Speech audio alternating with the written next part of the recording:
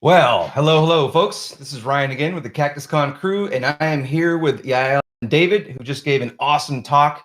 Thank you both for your talk. We really appreciate it. You're both return speakers, and I personally just absolutely love to see that. So, welcome.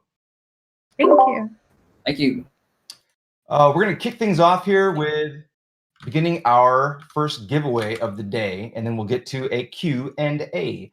So today we're going to be giving away, starting off, Real World Python, the No Starch Press book provided by our wonderful sponsor, No Starch Press. So I'm going to go ahead and kick this sucker off right now. There you go. Head on over to the giveaways channel up at the top in Discord. Oh, already sees a bunch of thumbs up. People like these books. Cool. So, Yael and David, again, thank you for being repeat. I love seeing that. I was like, oh, good, they have another talk. That's cool. So we have a lot of fodder to work with for 2020, just in general. I absolutely loved some of that stuff. My favorite, personally, was the breaking into the cell phone. Oh, we broke into the cell phone. We hacked it. We cracked it. Like, okay, calm down. So really cool stuff. Before we get to the general Q&A, are there anything you want to say specifically, or you want to just get to it? I'm okay. Yeah, just I don't kidding. really have any specifics. All right, let's do it. We have a bunch of good questions. One of them, I want to start off with this one. It actually came from YouTube.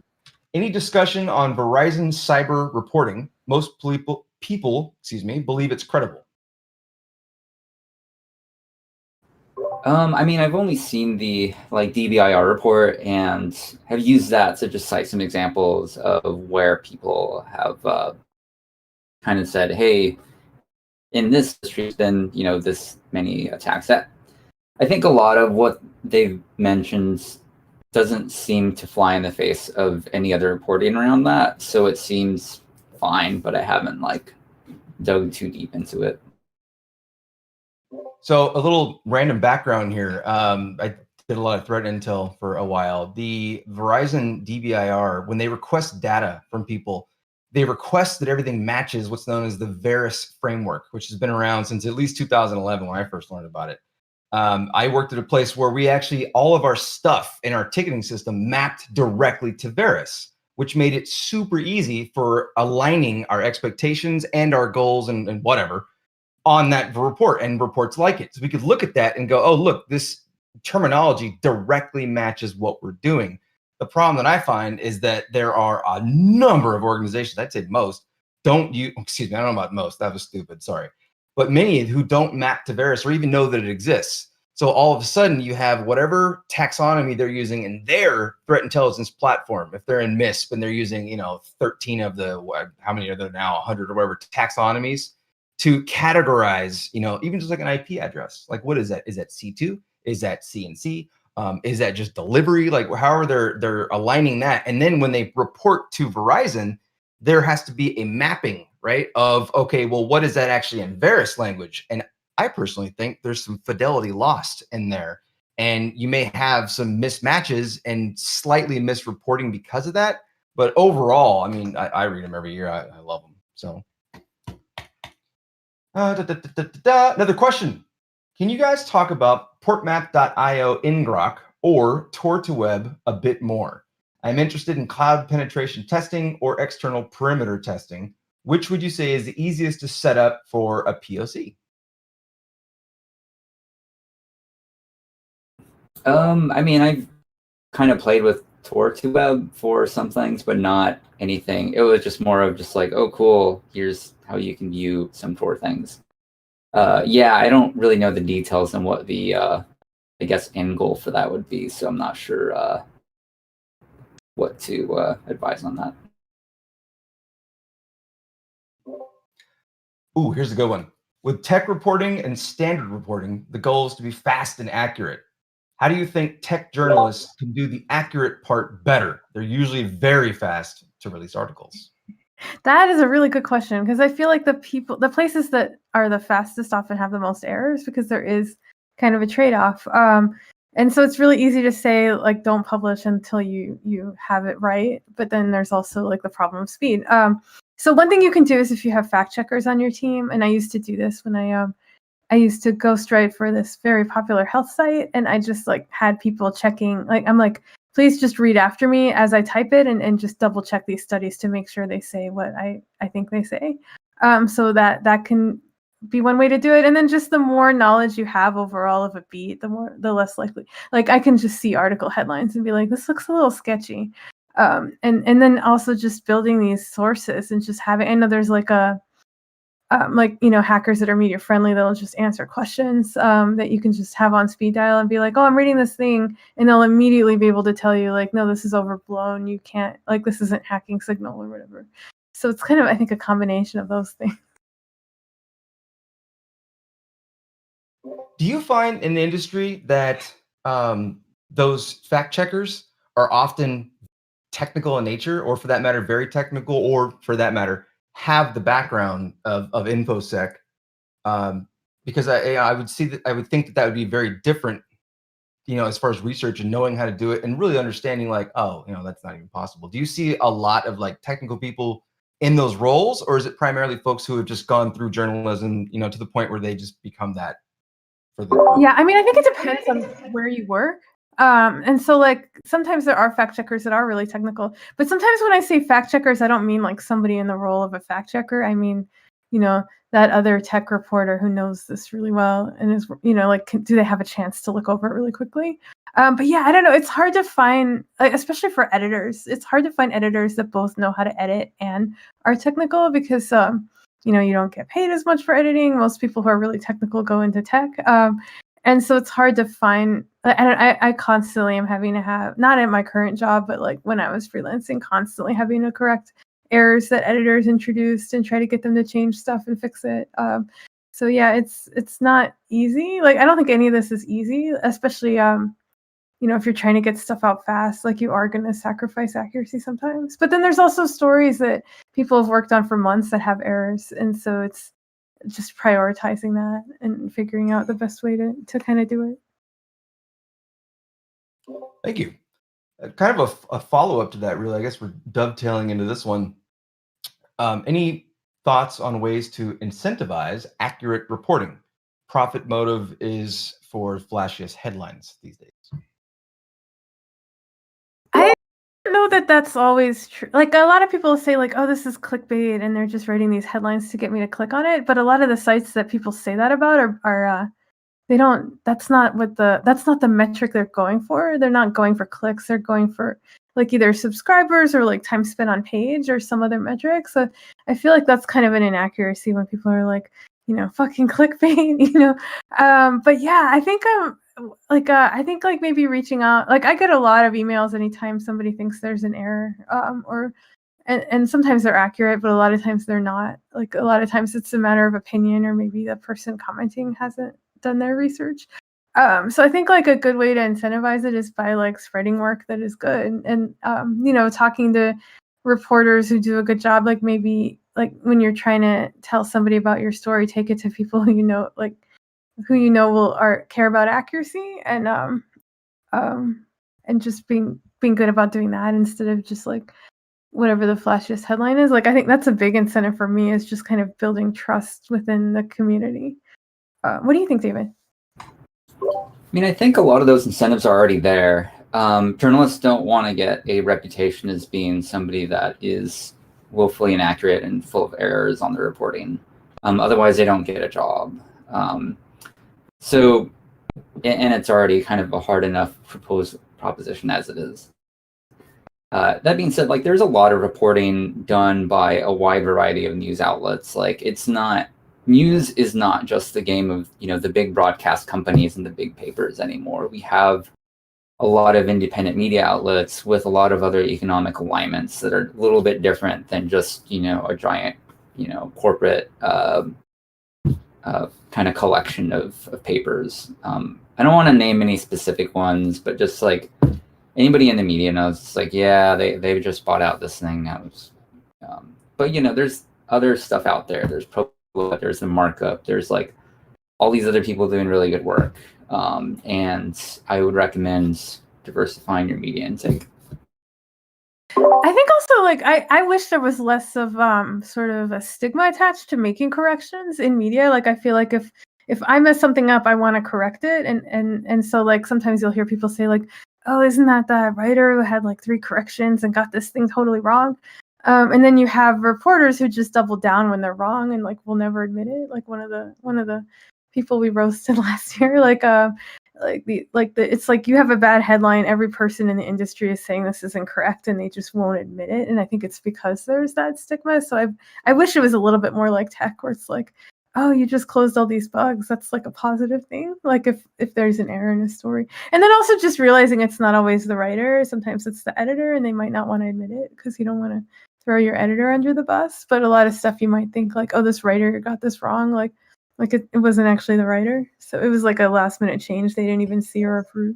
So. That's a powerful sentiment thought. I did so in tech and consulting, like a lot of us, we write reports all the time, right? We have a QA process. We have where I work at BlackBerry, another sponsor of ours. We have an amazing tech editing and QA team, but the consultants, we still get the last view and the last like, all right, yeah, it's cool. Like we have to click the approve button right before that goes to the client. Thinking about, we can write this article, whether it be an hour long, I spent an hour on it, or months long, and poured your heart and soul into it, and then all of a sudden the editor essentially maybe has the last say. Thinking about not seeing the last version of that before it goes out, like as a consultant, I was like, ew, no, like, no. That's yeah. And there's also like weird trickery where it's like everybody's working in a Google Draft and then like they'll make changes after it's already in the CMS and be like, can you read this over? And it's like, oh, I have to like cut and paste it all and then combine these to see what was actually changed. And yeah, and it's like sometimes really last minute. And so there's a lot, but I mean, also editors do sometimes fix writer errors at the last minute too. So it's not like editors are always bad. It's just that like the person you think might have written that bad headline or had that error, like it might not actually be them. So just being aware of that before you paint them with a broad brush. Another advantage to have an editor, actually, if you're coming in from more of a technical background into writing, which is like most of what my writing is, it's really useful to see what changes they make, to see like how what you've written could be misinterpreted. So an editor is coming in saying like, let's simplify this graph into something a little bit easier. I'm like, that's not what I said, but the fact that you read what I said and this was your take means that maybe we should revisit this in some way. I think that's one of the things that we consultants often do, blue team or red team, whether it's IR or pen testing, especially pen testing, you have to have legal's take on it. And many times it has to be worded for legal, right? So we have that. And I have to just imagine like that's just that's just one facet of the type of people who are going to be reading your stuff and interpreting your stuff. So yeah, I've had that happen too. Sorry, I didn't mean to interrupt you, but I've had that happen where legal like changed a headline or changed a phrase and it sounds really vague, and then people will attack it and be like, "Oh, so you're not sure this is the case?" It's like, no, just legal told me that we had to hedge a little just in case to try to avoid this lawsuit. Yep. Many times I'm like, this happened, and legal's like, let's just say. I'm like, all right, I guess. Another question, right in the same vein of all this great discussion, by the way. I'm loving this. Should journalists that work in tech be vetted for their understanding of the field on which they're reporting? Most journos don't necessarily have backgrounds in specific fields, and with so many getting tech things wrong, should there be some type of bar for entry?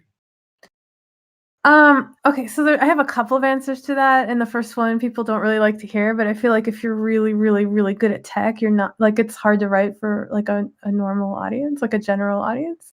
And also like even if you really have tech chops, you're writing about broad things. So even like say you're like really, really good in cloud or Android or whatever, and then suddenly you're writing about something completely different, you wouldn't pass the litmus test for that. And I think it's less about like, do you have a tech background to be able to know this off the top of your head? To like, can you understand what people are saying and make corrections? But absolutely, if you're trying to decide whether or not to talk to media, totally you should vet that. Like, look at the journalists, look at things they've written, and ask around if they've interviewed people, like what was the experience like. And you can also decide, like, there's just different. You can decide to answer stuff over email if you don't want to accidentally say the wrong thing.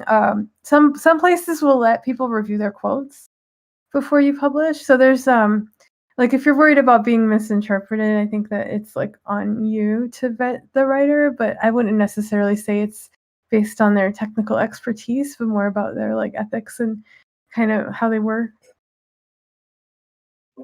Cool. There are a lot of questions. We're definitely not going to get to them all. Just throwing that out there. It just shows that it was such a great, stimulating talk. You know, people are like, "Whoa, wait a minute, whoa, wait a minute." How should orgs best present themselves, in your opinion, rather than simply saying we take security seriously? I do some writing around VPNs, and the thing that I always look for is the balance of, or I guess the ratio of like jargon of like Switzerland based, NSA proof, not in the Five Eyes, versus like we didn't use the default OpenVPN Cypher suite because there's vulnerability in this kind of in CBC or whatever, and then like we did this and this. And our WireGuard implementation, we didn't just say we use WireGuard. We actually looked at the August 2020 issue where like there's default logging on the server side. So if they're willing to go in if you're willing to go into detail, that's a sign of credibility, in my opinion. Especially if you're going up against a writer that is particularly technical and looks for those things, or just somebody that is advising on something like that, because you want to make sure that if you want to be as transparent as possible on what you're doing. I do not want to run into a website's about page or product page and see like, we use RSA encryption. I'm like, literally everything uses RSA encryption. That doesn't really say anything. But going into depth, having white papers, like really kind of like throwing it all out there and letting people know what your product is made of, I think is the best way to present yourself. Yeah, I agree with that, and I'd also add that like being honest about what you can and can't do. Like don't just throw locks up all over your page and say like you can I feel like a lot of the stories I've had that maybe companies didn't like, or it's because they were claiming to do things that they couldn't do, and then they get really weird when you ask questions about it.